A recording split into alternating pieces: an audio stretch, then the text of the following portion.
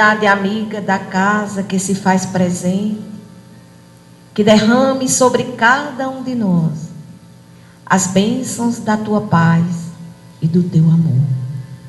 Rogamos também por aqueles que estão nos assistindo através da internet e que não puderam comparecer na noite de hoje. Que a tua luz e que a tua paz possa balsamizar cada um desses irmãos, apacentando as suas almas. Tem misericórdia também, Jesus amigo, daqueles que não compreendem e não entendem a tua mensagem de amor. Rogamos por todos eles. Abençoa, Senhor, os nossos propósitos de servir, porque tu, Mestre, tens o remédio que cura as nossas enfermidades da alma e as nossas enfermidades da mente e do corpo. O bálsamo que alivia as nossas dores. E diante da tua magnitude, abençoa, Senhor, o evangelho da noite de hoje, iluminando o palestrante, e que a tua mensagem, que é uma mensagem clara, uma mensagem simples, possa tocar os nossos corações. E ao sairmos daqui, possamos vivenciá-la no cotidiano da nossa vida. Fica conosco, Mestre, mas ajuda-nos a permanecer contigo, hoje e sempre, que assim seja.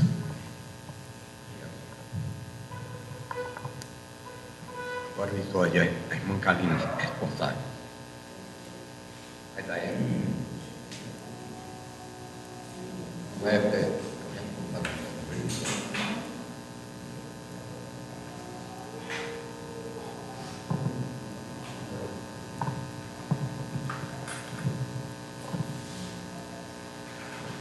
Boa noite, irmãos. Espero que estejam todos bem. E entrando nesta casa, fiquem melhor ainda. Então, do livro Fonte Viva, através de Emmanuel,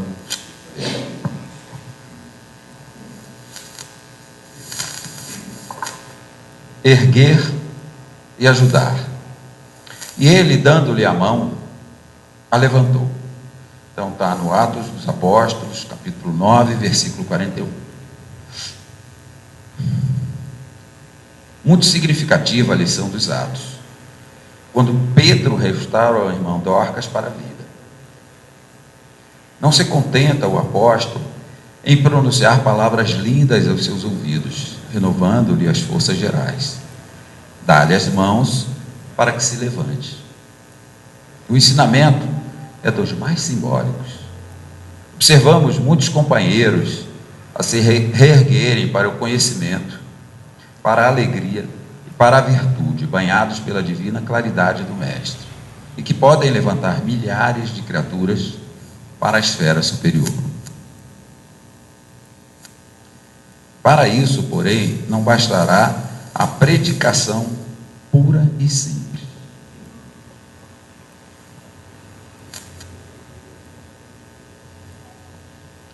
O sermão é realmente um apelo sublime, do qual não prescindiu o próprio Cristo. Mas não podemos esquecer que o celeste amigo se doutrinou no monte. Igualmente, no monte, multiplicou os pães para o povo esfaimado, restabelecendo-lhe o ânimo. Nós, os que nos achávamos mortos na ignorância, e que hoje, por acréscimo de misericórdia infinita, já podemos desfrutar algumas bênçãos de luz, precisamos estender o serviço de socorro aos demais. Não nos desincumbiremos, porém, da tarefa salvacionista, simplesmente pronunciando alguns discursos admiráveis. É imprescindível usar nossas mãos nas obras do bem. Esforço dos braços significa atividade pessoal. Sem o empenho de nossas energias na construção do reino espiritual com o Cristo, na terra. Debalde alinharemos observações excelentes acerca das preciosidades da Boa Nova ou das necessidades da redenção humana. Encontrando nosso irmão caído na estrada, façamos o possível por despertá-lo com os recursos do verbo transformador. Mas não olvidemos que para trazê-lo de novo à vida construtiva, será indispensável, segundo a inesquecível lição de Pedro, estender-lhe fraternalmente as nossas mãos. Essa passagem de Atos dos Apóstolos, escrita há tantos anos, é extremamente significativa. Pelo que lembro, Pedro estava em Lida, quando recebeu a informação de que uma querida amiga do Evangelho, porque ela era considerada uma discípula, Dorcas, se chamava também Tablita, em hebraico, que Dorcas significa gazela, que para os poetas da época significava a beleza, né? Era aquele animal, um antílope, que demonstrava-se pelo seu andar a beleza. E Pedro então vai a Jope e informado, né? Vai até a casa onde estava a Dorcas e a encontra determinado plano superior, adormecida, porque ela não estava morta. E aí vale a pena o seguinte comentário: a mensagem é de que estendamos as mãos àqueles que estão necessitados, sejamos caridosos. Tablita Dorcas era uma mulher que trabalhava para atender as viúvas da época. Naquela época não existia SUS e nem aposentadoria. As mulheres viúvas, elas invariavelmente perdiam tudo, porque eram divididos pelos filhos homens, e elas viviam em grande dificuldade. Tablita e Dorcas, o que ela fazia? Ela fazia roupas para essas mulheres e as assistia, além de ser uma grande divulgadora do Evangelho do Cristo. Então Pedro chega, faz uma oração, estende a mão e chama. Ela se levanta. Foi um mérito. Aquilo em Jope, naquela época, foi um grande acontecimento. Um dos acontecimentos necessários para chamar o povo ao Evangelho de Jesus, para mostrar que aqueles homens podiam fazer aquilo. De certo que aquela mulher não estava morta, estava num processo cataléptico, possivelmente, como tantos outros nós já vimos no Evangelho. Dorcas era uma mulher que se dedicava à caridade, e como eu disse, ela era considerada uma discípula, né? Naquela época eles tinham, acredito que mais de 70 discípulos, considerados discípulos do Evangelho de Jesus. Então, a mensagem é: o que precisamos fazer, né? E já dito aqui por várias pessoas que fizeram os comentários, é ajudar. Como é que está o colega que está do seu lado? O que ele está sentindo? Percebeu? Se ele está triste, aborda. De repente está precisando só de um papo. Tem outro que está na sua casa, ou é o seu vizinho, que está precisando de uma cesta básica, que está precisando de uma roupa porque não tem, porque está passando por grande necessidade. Isso é o Evangelho. Isso é atendermos aquilo que Jesus nos pediu: amar ao outro como a nós mesmos. Tenham uma boa noite. Tenho certeza que Fabiano tem uma boa mensagem para todos nós. Mas antes de passar a palavra adiante, nós estamos entrando em campanhas aí para o final do ano. Se Kalina me permite um comentário. Ali no mural tem uma relação de material que comporão não só cestas, mas necessidades das crianças dessa casa.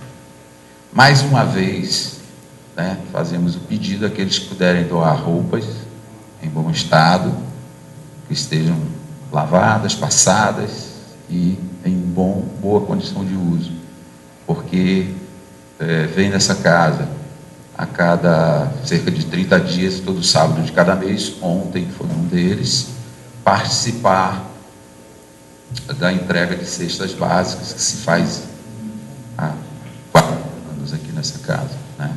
E mural aqui que informa sobre isso.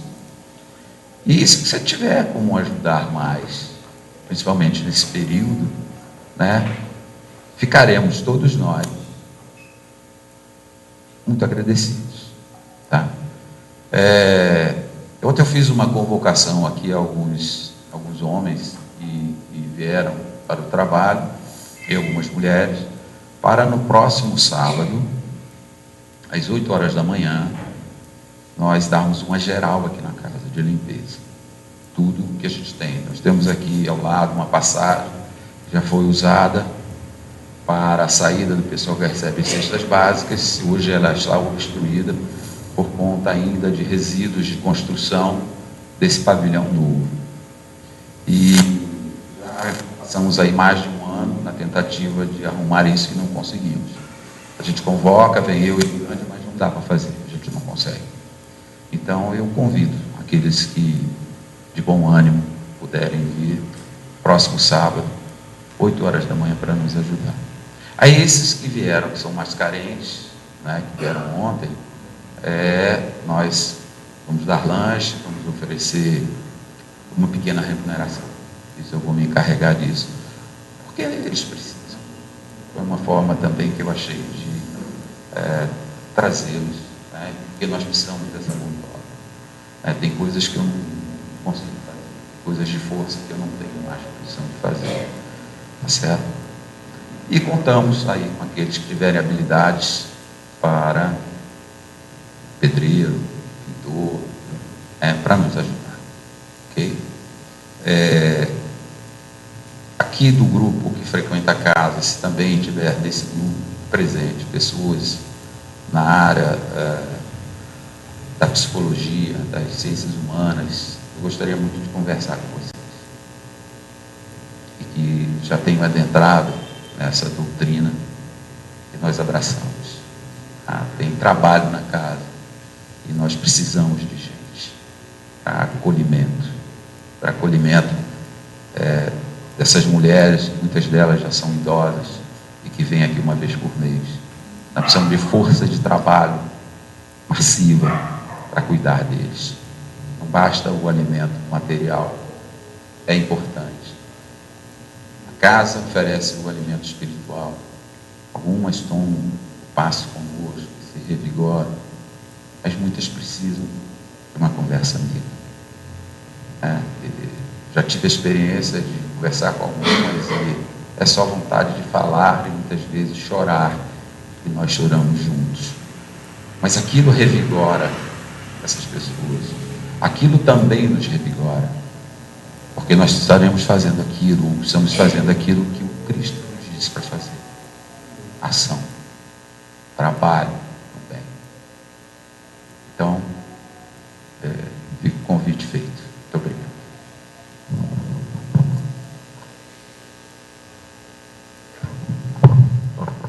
Palestrante da noite, boa noite. Em primeiro lugar, o palestrante da noite, Fabiano do Egito.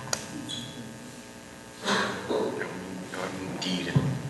Meus irmãos, minhas irmãs, voltamos a conversar com todos vocês, extensivo aos nossos irmãos que estão ligados através da internet. Como sempre, desejamos que a rosa crística floresça no coração de todos. Nós, que fazemos o espiritismo, não temos a pretensão de sermos um grupo de elite pensante. Somos um grupo de pensadores brilhantes e intelectuais.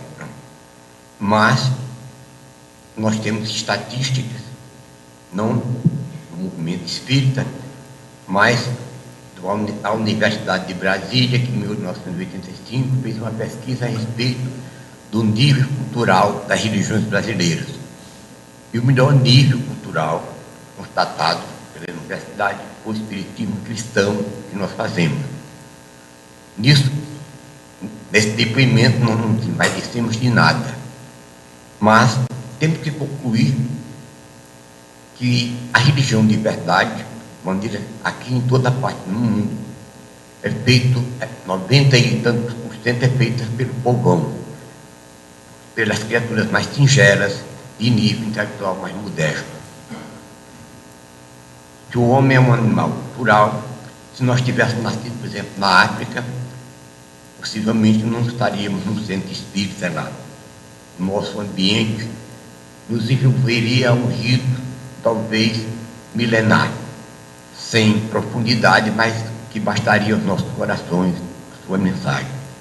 Se tivéssemos nascido no Oriente Médio, onde o islamismo tem predominância total, possivelmente seria islâmico, sobretudo porque a grande maioria dos países islâmicos não permitem que outras religiões abram templos nos seus territórios. Por uma necessidade premente do próprio coração humano, a religião, de certo modo, traz um certo conforto, alimenta um certo bem-estar ao nosso coração nos momentos aflitivos que todos atravessam nessa vida. Nós estamos vivendo ainda num mundo, como diz a doutrina espírita, um mundo de expiação e provas. Próximo estamos de uma regeneração.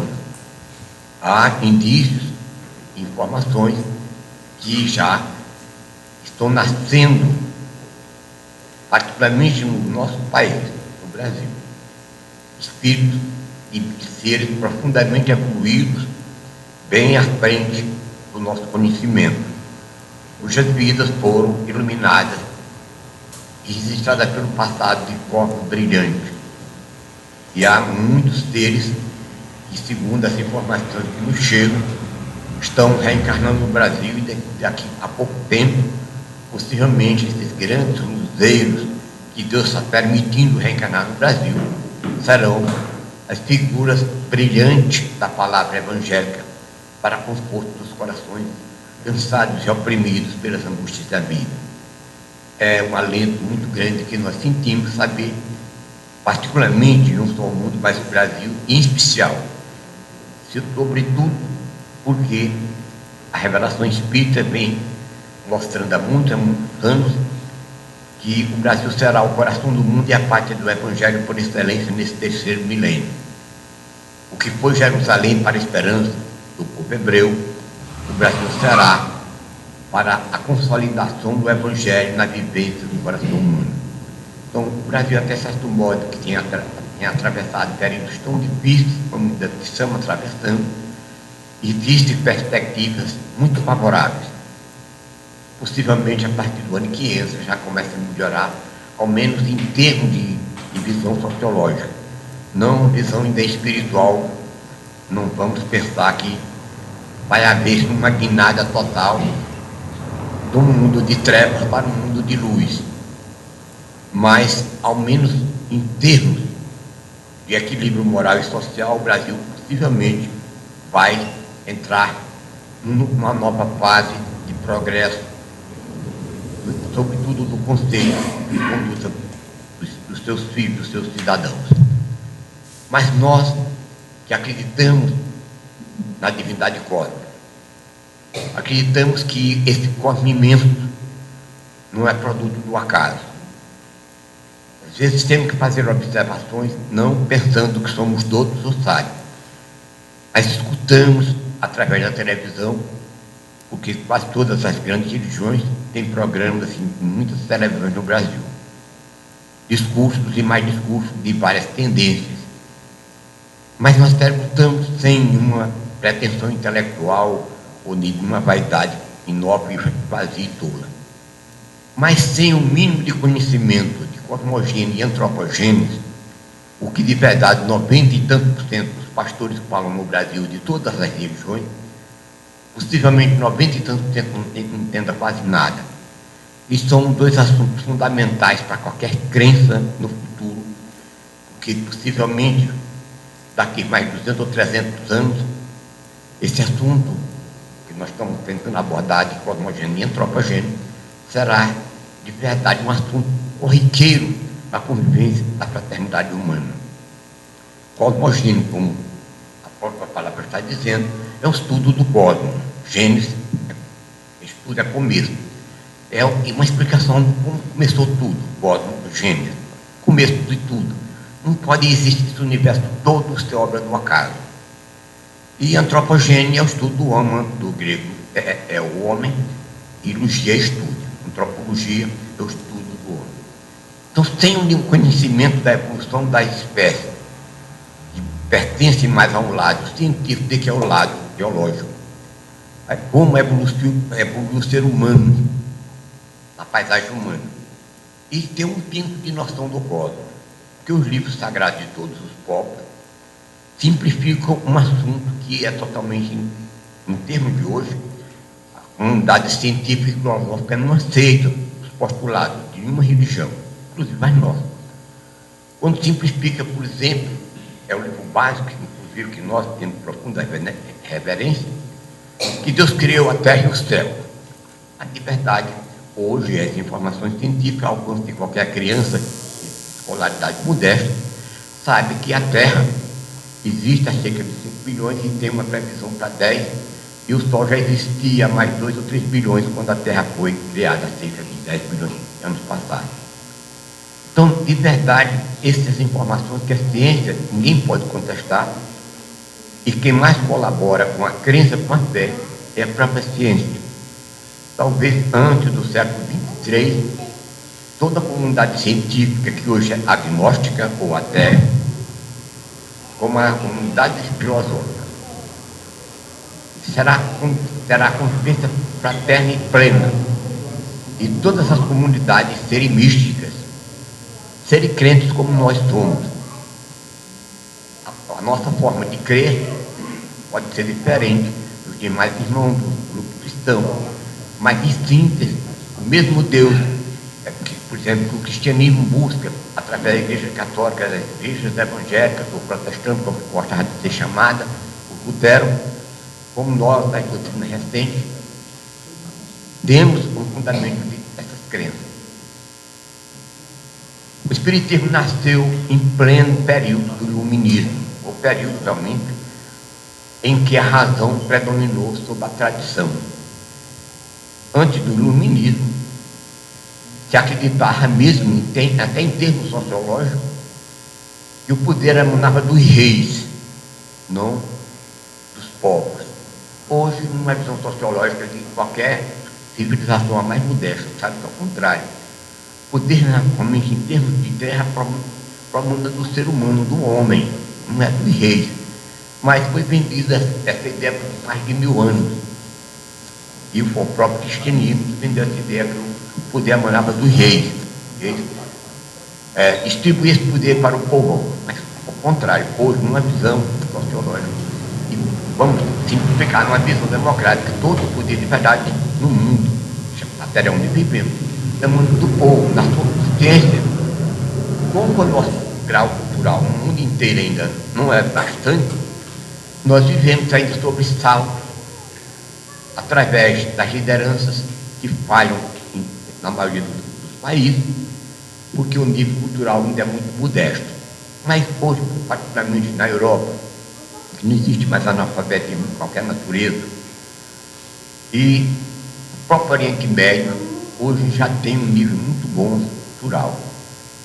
Se a religião predomina há um pouco de fanatismo em termos de Oriente Próximo, porque a religião assambarcou o direito e os governos de verdade, tradicionalistas e fundamentalistas, não permitem que nenhuma outra religião surja nos seus territórios.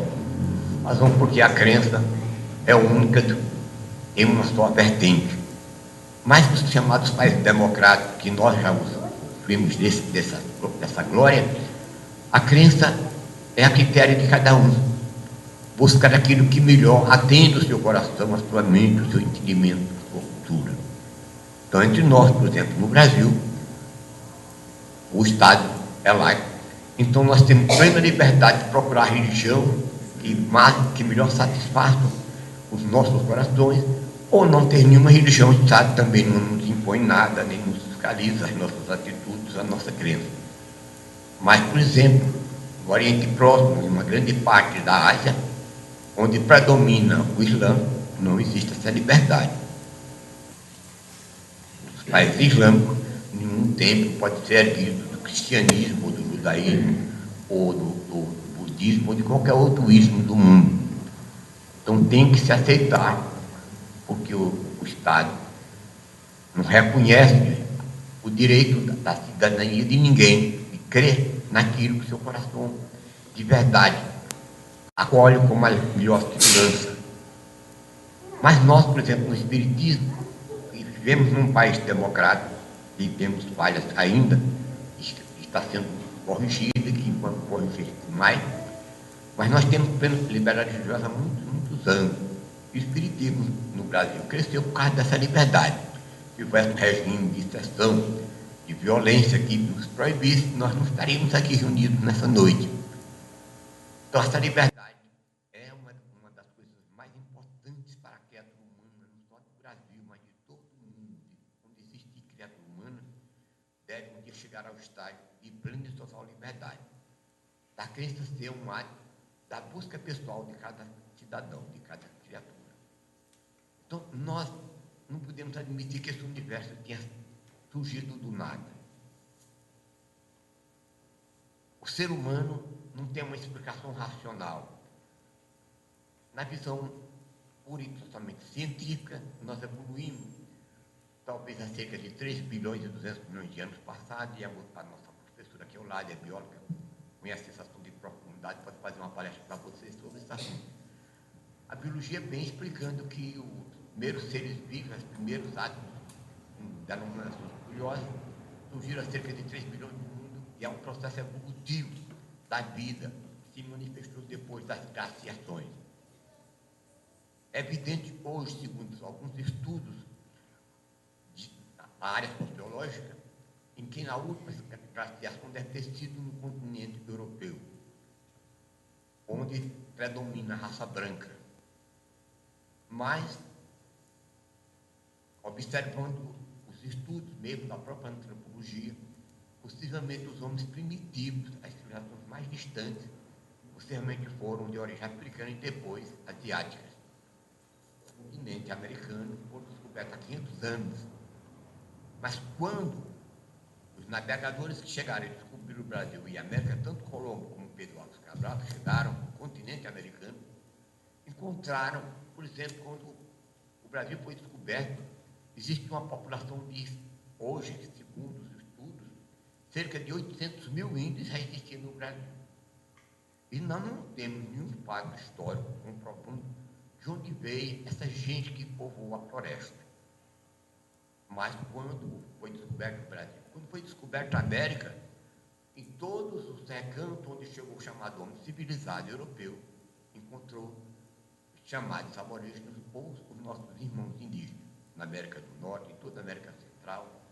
E temos na América Central, inclusive, dezenas de pirâmides, mostrando uma civilização importante.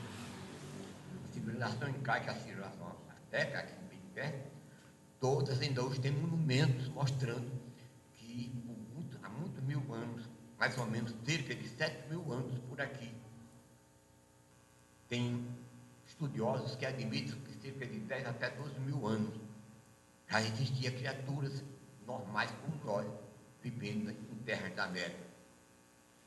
O ano passado foi descoberto os restos mortais de uma garota, calculadamente pela ciência de 11 anos, numa lagoa em Minas Gerais, e que, estudada cientificamente, chegou-se à conclusão que essa garota de 11 anos viveu aqui há 11 mil anos passados no Brasil. Então, a prova que quando o pessoal chegou aqui para descobrir o Brasil, e nós temos essa civilização que foi marcada pelos portugueses, aqui existia uma civilização. E os próprios irmãos indígenas, que foram encontrados calculadamente em 800 mil, podendo chegar até 1 milhão, já existia sem que tenhamos nenhum dado de maneira sociológica que possa comprovar nada de onde veio essa gente, qual foi a sua origem. Se fôssemos olhar pela linguagem bíblica,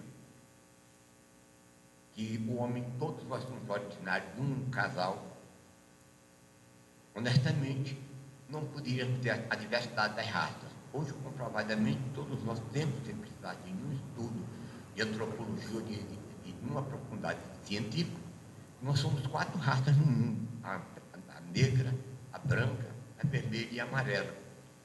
E todas essas raças têm o seu próprio DNA.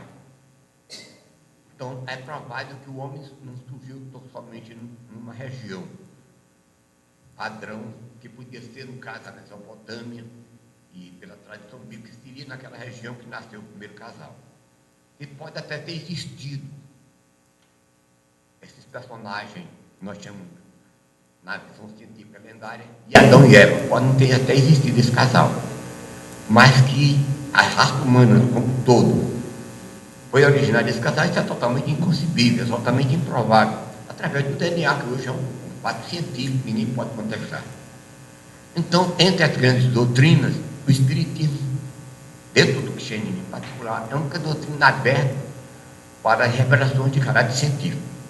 O Kardec, que codificou essa doutrina, aconselha a todos aqueles que vinham ser espíritas, que, mesmo dos postulados apresentados por ele, originários dos espíritos iluminados, se amanhã essas informações se completarem com um princípio científico, o próprio Kardec aconselha que nós recusemos a revelação espírita e aceitamos a definição de qualquer fato amanhã comprovadamente científico. Temos que aceitar a ciência como fundamento básico de tudo. E o Espiritismo,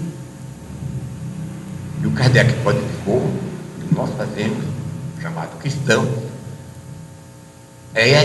tem como base o seu tripé. O Espiritismo é ciência, é filosofia e religião. Esses 3 departamentos da evolução cósmica da inteligência humana é profundissimamente aceito pelo Espiritismo, kardecista particularmente.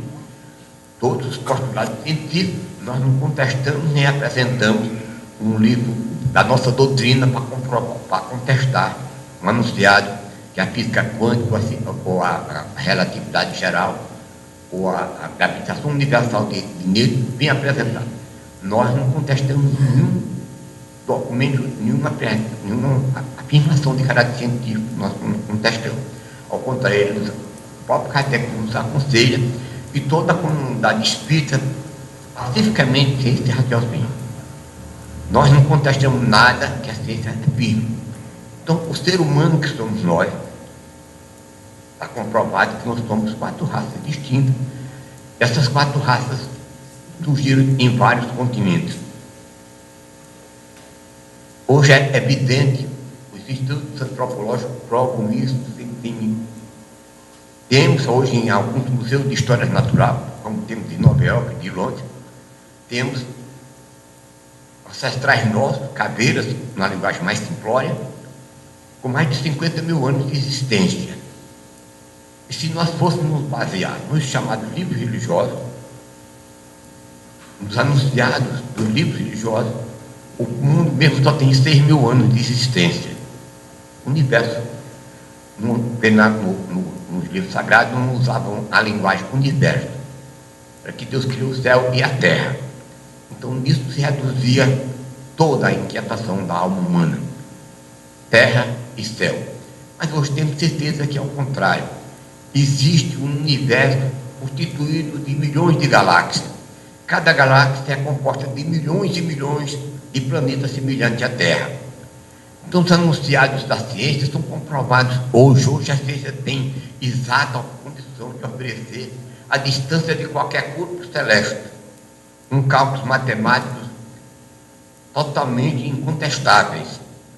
Enquanto a metafísica religiosa, baseada em livros proféticos, e os profetas não eram deuses, eram seres limitados, como nós chamamos hoje, na linguagem espírita moderna, os profetas nada mais eram do que nós chamamos hoje na nossa convivência de médium.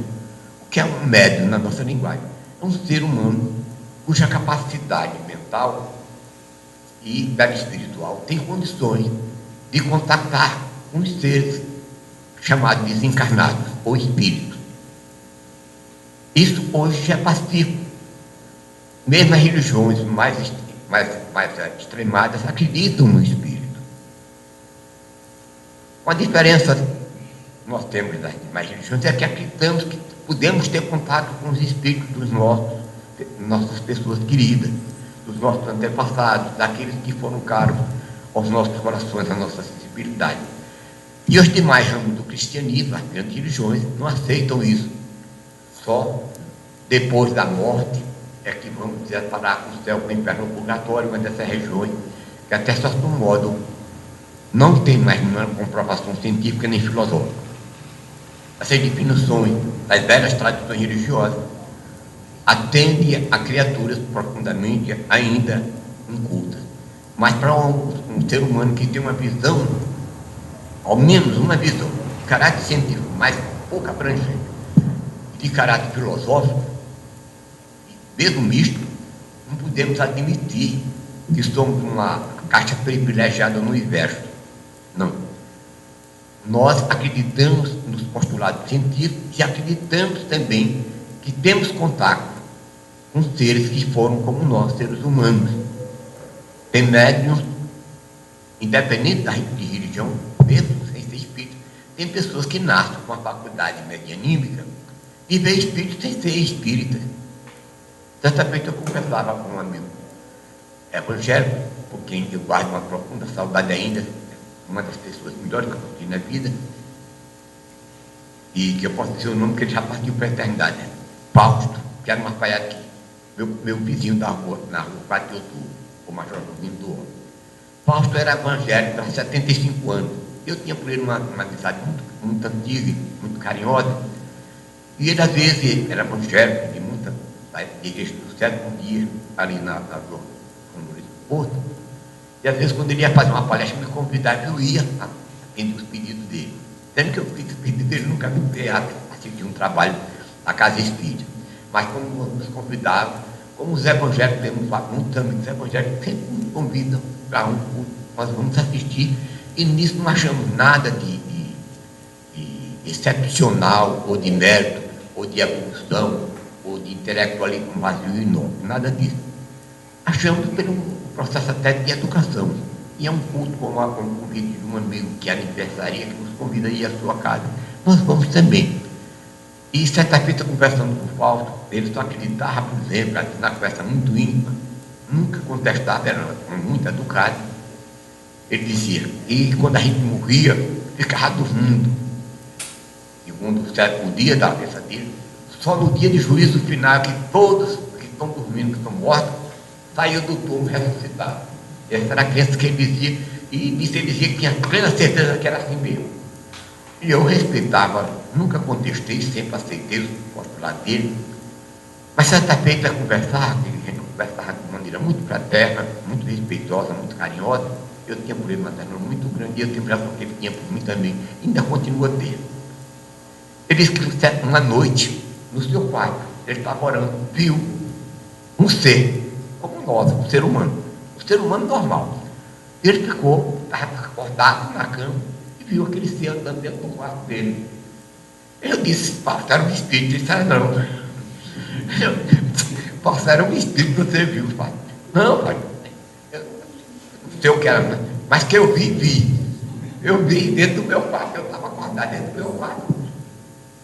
Acordado, não estava nem cochilando, estava acordado. Eu vi um ser andando dentro do meu quarto. Eu fiquei pensando que era mais nada, daqui a pouco desapareceu como uma fumaça.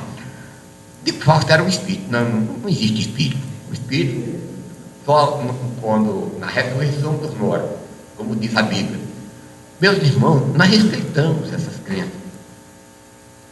Mas, de verdade, o Oriente, por exemplo, a religião chamada esotérica do Oriente, aceita a reencarnação como aceitamos no Espiritismo, sem nenhuma mofa, sem nenhuma vaidade, sem nenhuma pretensiosidade. doutrinas orientais, de verdade, todas acreditam na reencarnação.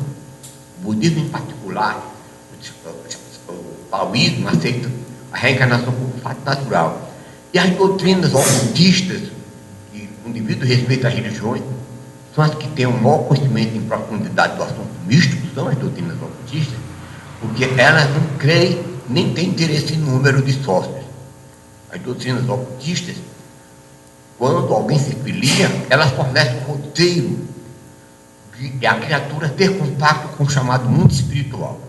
Ter consciência de que esse mundo espiritual não é um sonho, não é uma hipótese, é uma verdade. E que essa verdade é contactável. Pode o ser humano ter contato com o mundo espiritual. Todas as doutrinas ocultistas ensinam rituais para o homem ter contato. Primeiro, ter consciência de que é espírito. Segundo, ter consciência que esse espírito pode se projetar do corpo físico em plena consciência e caminhar no cosmos. E depois pode visitar cidades espirituais, centros de imensa evolução, como centros também de modesta evolução espiritual. Todas as escolas ocultistas ensinam esses rituais aos seus membros. Mas, como eles dizem, a verdade só serve para você, não serve para você transferir para ninguém. Essas verdades que nós ajudamos você a descobrir, não é para você fazer propaganda dela, porque não temos interesse em número. As doutrinas têm interesse em qualidade dos seus membros, não de número. Elas sabem muito mais do que as religiões, porque elas ensinam com muito mais profundidade, porque elas não ensinam que a gente crê em nada. Elas põem determinados rituais para nós termos contato com a nossa própria consciência, com o nosso corpo perispiritual e depois projetar no cosmos e participar de reuniões, inclusive, em vários grupos mistos, em várias dimensões espirituais. Ela ensina esse roteiro. Que depois que quando o homem se projeta conscientemente, sentado numa cadeira, se projeta e vai para o mundo astral com a proteção de um mestre, de um instrutor, e participa de reuniões em que vê mortos e vivos, aí chega a essa conclusão que os discursos religiosos são realmente respeitáveis, são necessários nessa fase. Mas no futuro, quando nós evoluirmos, vamos superarmos o egoísmo sobre tudo que é que mais dificulta o nosso acesso ao mundo divino, quando o egoísmo não for mais uma verdade tão massacrante da alma humana, quando nós tivermos superado essa coisa, essa herança kármica que nós carregamos ainda, poucos são livres dessa chaga terrível que é o egoísmo. Quando nós nos libertarmos de toda essa coisa, que possamos um dia, religiosamente, projetarmos para o mundo espiritual, com a proteção dos nossos, que a Igreja Católica chama de anjos de guarda, nós aqui chamamos de espíritos protetores ou amigos espirituais, nós vamos ter que concluir que tudo isso é real.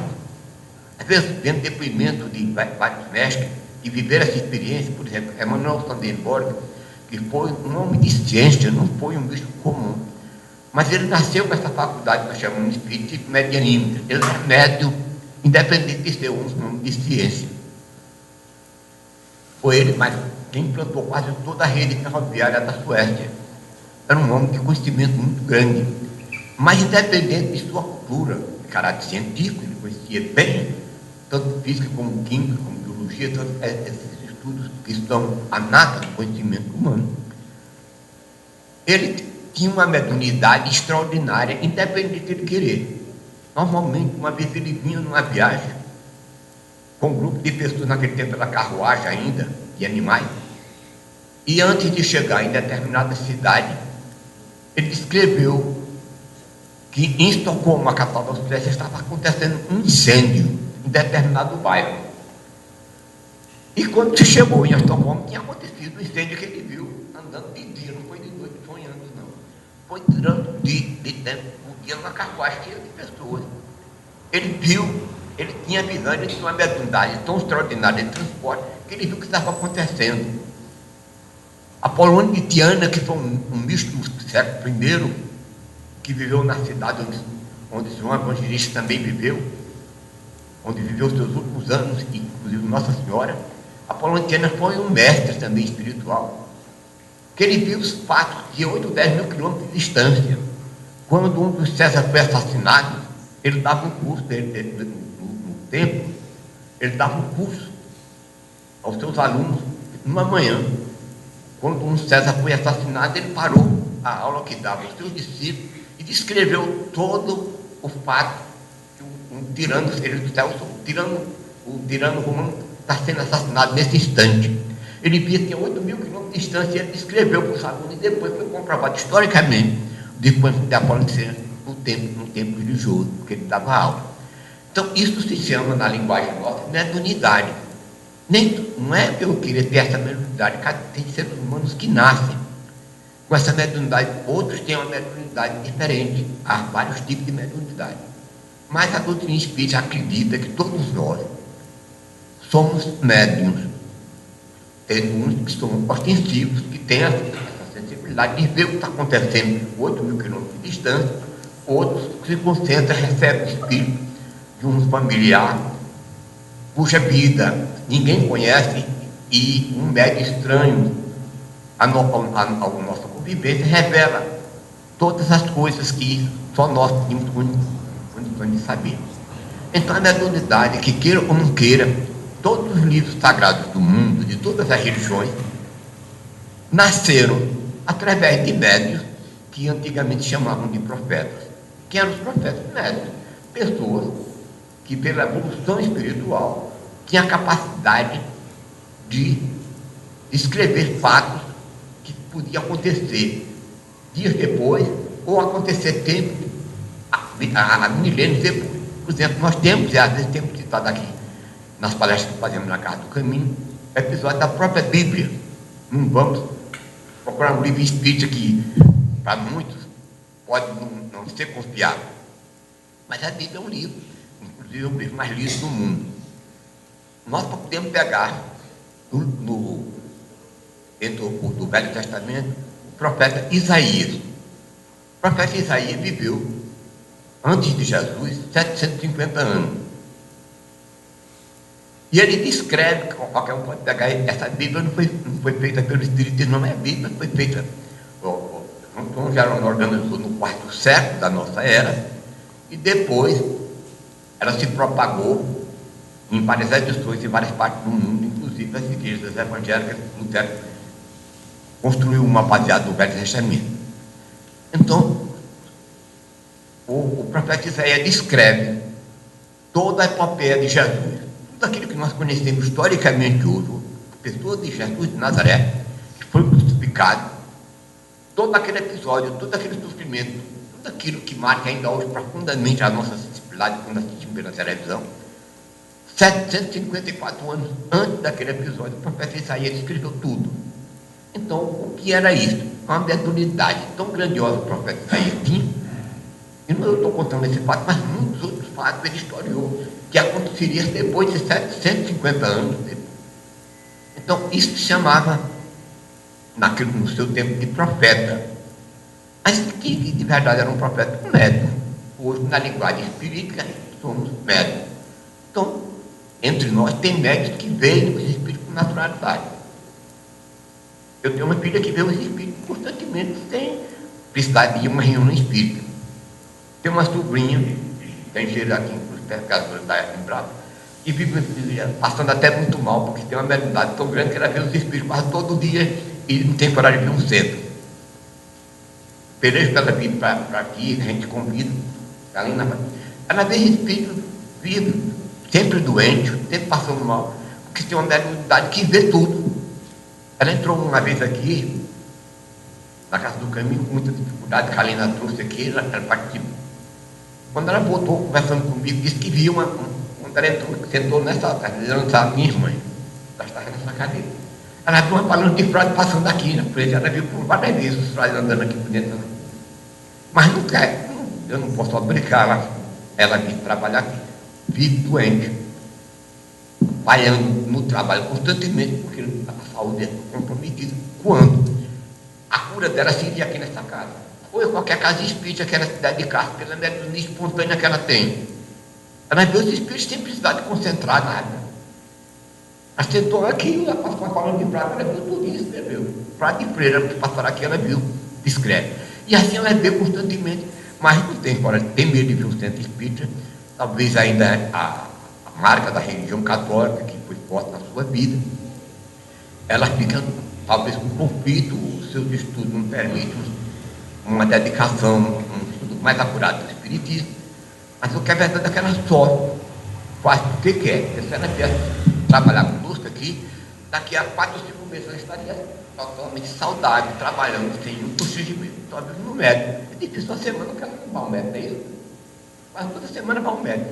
É uma coisa é outra, uma coisa é outra, quando de verdade são espíritos. Quando nós não damos uma atenção, que esses espíritos estão ansiosos também para crescerem junto ao nosso lado. E nós não damos acesso nenhum para o seu trabalho,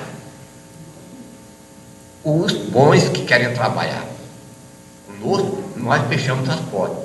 E os maus que nós não queremos, pela nossa vigilância, pela nossa falta de orientação religiosa, nosso campo alto, sobretudo um médico, como no caso do meu sobrinho, nós temos uma antena espiritual chamada glândula pineal, que é aqui na cabeça, mesmo nesse cantinho da cabeça, nós temos uma glândula chamada pineal, cientificamente comprovada que essa glândula se chama pineal. Essa glândula é, de verdade, a nossa antena espiritual. Quem tem essa glândula desenvolvida tem visões, através dela se vê, se escuta, se ouve, uma série de coisas.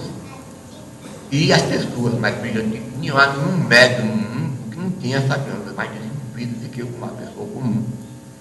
Então não tem nada, a própria fisiologia não tem nada de excepcional. Não foi que Deus deu o privilégio a Chico Xavier, ou a Divaldo Pereira Franco, ou a Ailton, ou a Kalina, mas não nada disso. Qualquer médium que se dedicar a um trabalho sério, honesto, ele pode contactar com esse mundo espiritual e ser um grande trabalhador de Jesus, fazendo para o bem do mundo, tirando a dor do seu próximo, tirando o sofrimento de alguém. Quantas e quantas vezes eu posso dizer aos irmãos aqui, com nossa experiência, eu que não tenho essa faculdade tão atuante, mas todos nós somos médicos, eu acredito que muitas e muitas vezes, que já aconteceu na minha vida, centenas de vezes, não provei, centenas de vezes, eu me levantar numa assembleia, não só de espiritismo, mas de outras reuniões, de outros grupos que eu faço parte, de estudo, eu me levanto, já me levantei centenas de vezes, em reuniões, sem ter consciência de uma única palavra que eu ia pronunciar, qual era o assunto que eu ia abordar. Já aconteceu centenas de vezes na minha própria vida. Eu me levantar numa assembleia e falar, coisa que eu não pensei, que eu não sabia que ia falar, não tinha nada preparado, era de improviso, e já aconteceu centenas de vezes. Eu pergunto, muitas e muitas vezes, eu notei que as pessoas valorizaram as bobagens que eu disse, muitas aplaudiram. Eu pergunto, quando eu me levantei, eu tinha tanta consciência, como esse Sócrates aqui tinha. Centenas de vezes eu me levanto, como esse Sócrates está sabendo o que vai dizer, sou eu, como vou falar. 90% das vezes que eu falo sem saber nunca a palavra que eu vou dizer. Não tem nenhum assunto preparado, e se preparar um assunto, não falo. Quando chega na hora, há um bloqueio, eu falo sempre outro. Então eu pergunto, é uma forma também de mediunidade que eu tenho, porque eu quero dizer a vocês que eu já falei em várias cidades do Brasil, e para auditório de 500, 600 pessoas, e a única pessoa insignificante que tinha em assembleia era eu, que não tinha um diploma, coisa que foi eu, pessoal de idade. Mas todo mundo era medalhão. E modesta parte, não por vaidade, porque a vaidade é uma coisa muito vazia e inaceitável para quem tem um pouco de bom senso. Mas eu digo como depoimento. Eu, por exemplo, uma vez fiz a Belo Horizonte em plena Revolução, em 69, num trabalho da maçonaria brasileira. A de lembrar aquele mais antigo, em 69 o Brasil era governado por 3 ministros militares. Existia uma ditadura com 3 ministros militares mandando. E a maçonaria, com a instrução que não recebeu nenhuma restrição do exército, fez uma reunião para discutir a situação do Brasil naquele tempo, e fazer um manifesto dizendo a sua posição diante do momento histórico em que o Brasil vivia. Curiosamente, só quem sabia do assunto era o próprio grão-mestre de Minas Gerais, o assunto para ser abordado. Os 19 grandes lojas reunidas, em que eu falei no da Paraíba, ninguém sabe o assunto da reunião que se ia tratar. Na hora foi que esse período, que não precisaria a grande loja de Minas era o general Heródoto Bragança, era o general do Exército. Foi ele que levantou um manifesto para os 3 militares, ponderando certa posição que a maçonaria gostaria de ver o Brasil vivendo, discordando de muita coisa que estava vivendo, que tinha pena de morte, em 69, banimento, uma série de coisas muito extremadas. E simplesmente a maçonaria ponderava uma moderação daquela atitude, de pena de morte, banimento de Brasil, tudo era muito inconcebível. E eu, com a delegação da Paraíba, nós não tínhamos consciência nem dos demais estados, 19 estados, 18, nenhum tinha consciência do assunto. Só o Grão-Mestre de Minas Gerais sabia o assunto que ele ia levantar. Nessa assembleia, em nome da Paraíba, quem falou fui eu. Desta parte, não precisa de aplauso para nada. Tinha cerca de 600 maçons no Brasil nessa reunião. E o orador mais aplaudido dessa assembleia fui eu, a despeito de ser insignificante como sou. Nem de pensar que sou nada, nem vou pensar, nem tenho a bobagem, a ingenuidade de pensar. Não pela eloquência, pela cultura, nada disso. Mas porque eu tive coragem. Não sei como, também que eu não pensei, porque eu não sabia o assunto, teve a coragem de abordar um tema que, inclusive, foi assinado pela Paraíba e por Minas Gerais para 3 ministros militares.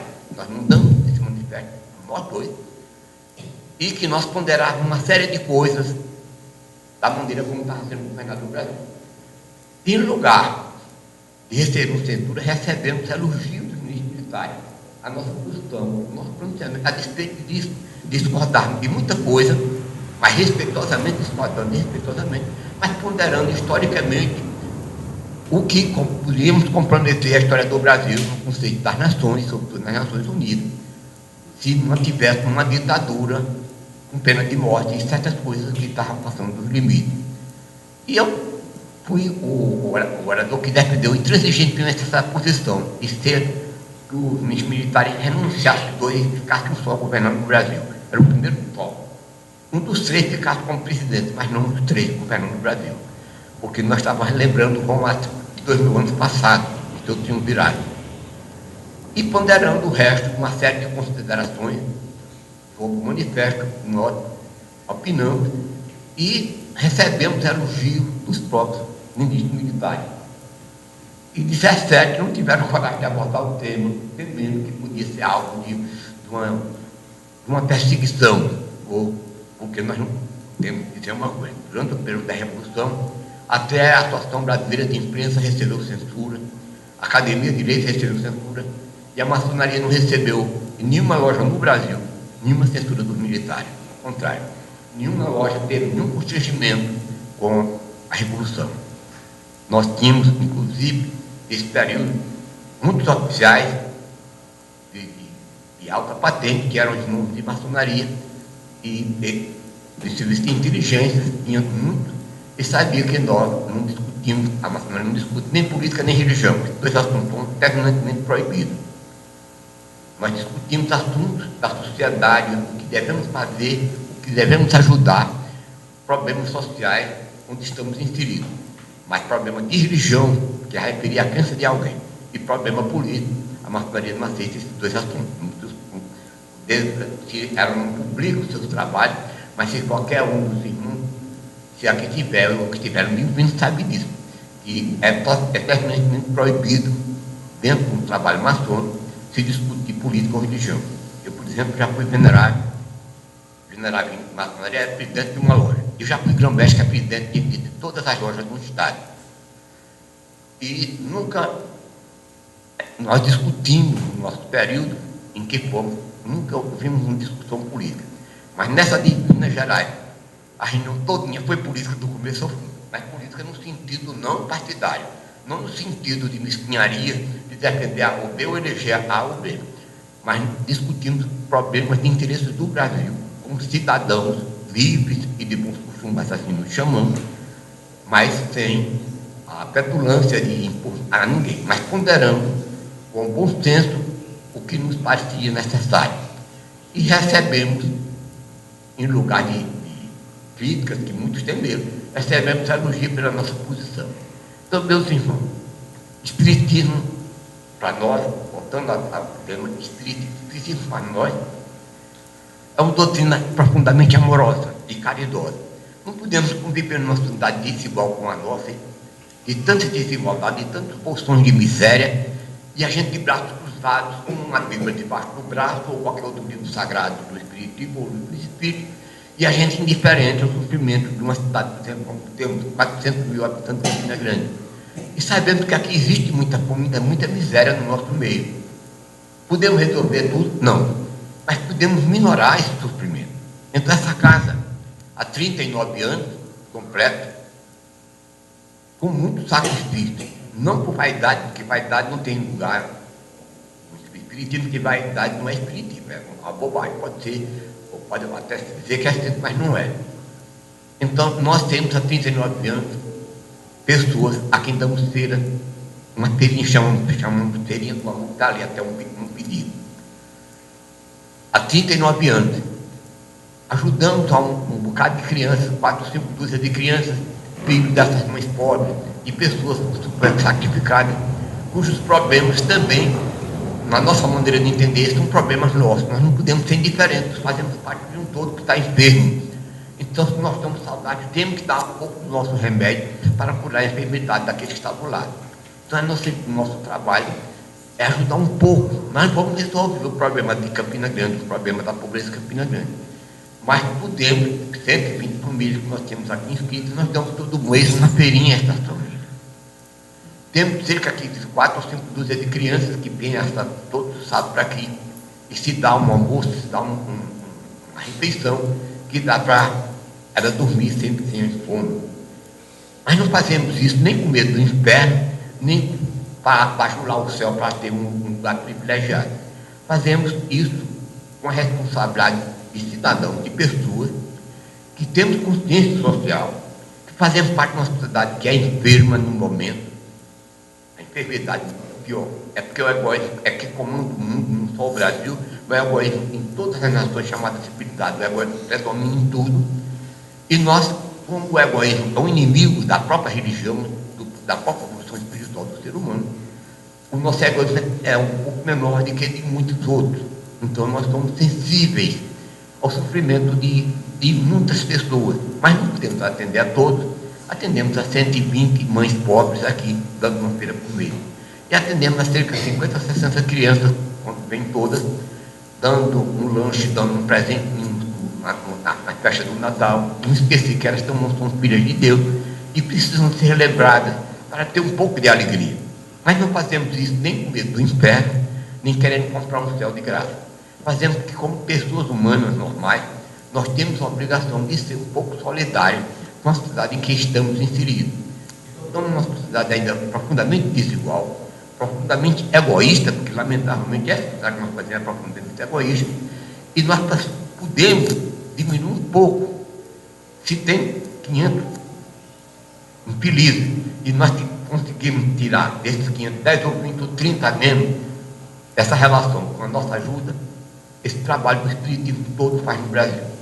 Cada ser espírito em potencial está preocupado em dar um pouco de si, dos seus pequenos recursos, para diminuir o problema social que é muito grave nesse país inteiro.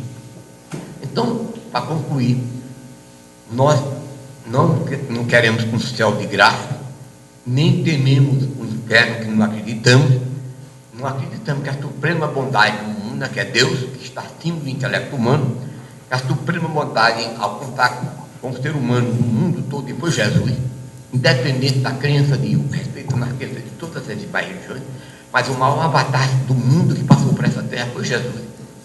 Ele foi realizador do Cristo cósmico, na definição do Balcoquismo. Ele foi realizador do Cristo cósmico, que na definição das grandes escolas filosóficas foi a maior manifestação divina no mundo. Jesus vivenciou o Cristo cósmico e solar, que existe pela eternidade, que ninguém sabe. E esse Jesus passou aqui numa forma humana, foi crucificado por todos nós que não evoluímos. Talvez nós tivemos, até certa parte, o seu sacrifício, que não sabemos das nossas reencarnações piores.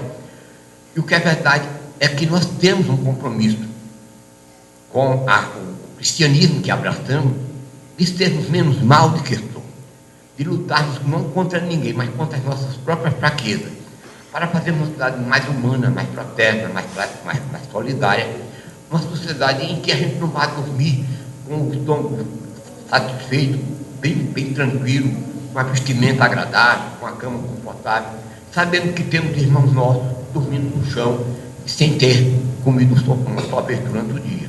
Então, o espiritismo que nós fazemos se preocupa com esses problemas. Então, nós não podemos matar a fome de todos os problemas de Campina Grande, mais ou menos de 120 famílias nós matamos. De 50 ou 60 crianças que não têm uma boneca, que não tem um carrinho, que não tem um lanche, que ninguém lembra, nós nos lembramos, já tem um material aqui para o Natal, já arrumamos com pessoas amigas material. Então, esse princípio de solidariedade que nós fazemos, que o Espiritismo faz, não é com medo do inferno, nem querendo comprar as graças de Deus, nem de Jesus. É porque nós temos a obrigação como seres humanos de sermos fraternos para com os outros, independente de religião. Lamentavelmente, as religiões acham que só nós somos pregando, aceito que o Jesus e tua família está salvo, na nossa concepção estão uma grande bobagem. Esse negócio de levantar a palavra, eu aceitei o Senhor Jesus e nisso está resolvido. Aceitar Jesus na nossa concepção é ser uma pessoa íntegra, honesta, direita, séria, fraterna para com aqueles que sofrem, não ter essa pretensiosidade de sermos superior a ninguém, olharmos a todas as criaturas com maior carinho, com respeito. Mas nossa maneira de ver religião é assim. Então o Espiritismo tenta fazer um trabalho de amor sem pensar que está fazendo porque nós somos privilegiados, somos iluminados e o resto todo mundo está entendendo. Não. Nós acreditamos que existem espíritas com muita evolução espiritual, como católico com muita evolução espiritual, como evangélico com muita evolução espiritual. Mas, em tese, como grupo, nós achamos que temos responsabilidade pela sociedade que estamos inseridos.